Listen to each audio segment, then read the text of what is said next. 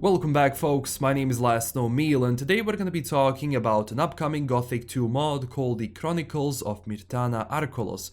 This is one of my favorite upcoming mods for the game and one of the biggest mods for the Gothic community in general. So let's see what this is all about, and as always, if you want to support the channel in an extra way, please consider subscribing and liking the video. Now without further wasting your time, let's get into it.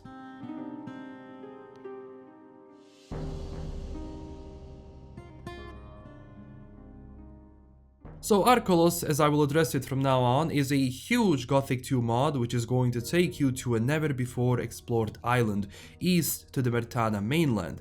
Now, just going from the trailers and the videos itself, the world looks beautiful.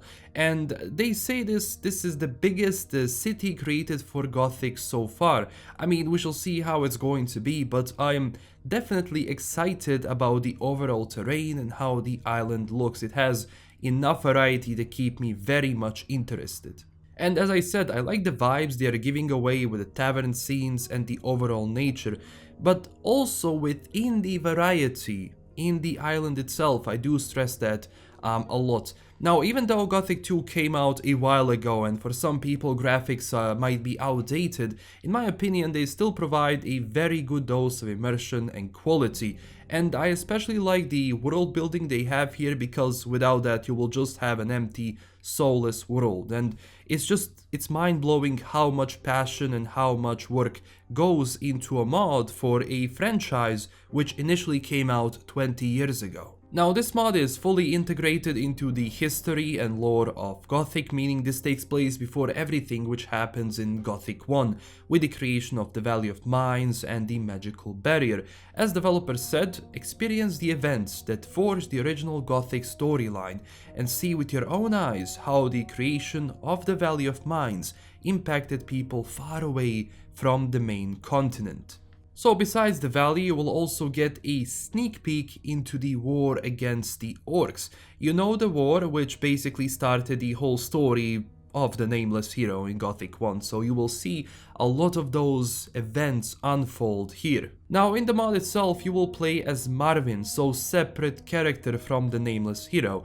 And as it's described in the trailer and the mod, you are not a hero or a villain, you are a survivor. So you will determine what kind of character you want to be, hopefully through, good deep game mechanics. That means becoming bad, becoming good, or becoming something in between which suits you the most, but the ultimate goal of your character is to basically survive. That will actually correlate beautifully with the surrounding you are in, being around shady people who want nothing else but to profit from everything which is happening around the world and the war with the orcs and everything, and normal people being pushed into all of that mess. Here are also some of the additional features from the mod itself. It will have professional voice acting. They actually got a certain Mikhail Klaviter, who was in Solo, Star Wars, Netflix The Witcher, and Days Gone. Now, I'm not sure if he did the dubbing for the games and the shows, or was he involved in the main English production, but I think he might be involved in voicing in localized content. But again, so far from the trailer, I believe this is his voice acting. It does sound amazing, especially with the overall cadence in voice and how well he portrays that role. Now, obviously I don't understand Polish, but that's good because I won't have problems actually playing the mod in Polish itself, especially if voice acting is good. Besides that, it will have 40 plus hours of expected playtime, then a complex main plot with twists and turns, as well as over 150 quests to complete, exclusive soundtrack made only for this mod, 200 random events that you can encounter, new crafting system with activities such as alchemy, cooking and magic scrolls writing, rebalanced economy and item stats considering 20 years of Gothic players' feedback. You will also get expanded travel system with option to choose between magical teleports, boats and mercenary caravans, and more than 100 new armors and weapons to play with. And look, all of this sounds absolutely amazing in my opinion, and look, I'm definitely excited. Now hopefully and obviously development is done well and there are no big issues. That's why they don't have a hard release date, because they won't have enough time to properly polish everything and optimize, game content. Now keep in mind the mod itself is almost done. It says here 2021, I do hope it's coming out in 2021, but so far without the exact release date. Now so far it does seem that the full audio will be in Polish, which personally, as I said, I don't mind, but you will have obviously UI and subtitles in English, Italian, German, Russian, and obviously Polish. I mean, look, as a hardcore Gothic fan, for me this is like a dream coming true. It's surreal to see that even after 20 years, as I said, you have number of huge mods being created for Gothic. Obviously, with the revival of Gothic 1 through that remaster, I believe a lot of new people will get into the game, and it's funny how much value these older games hold even today, where I will gladly go back to an older game rather than playing something new because how much quality, for example, this RPG has compared to most RPGs today.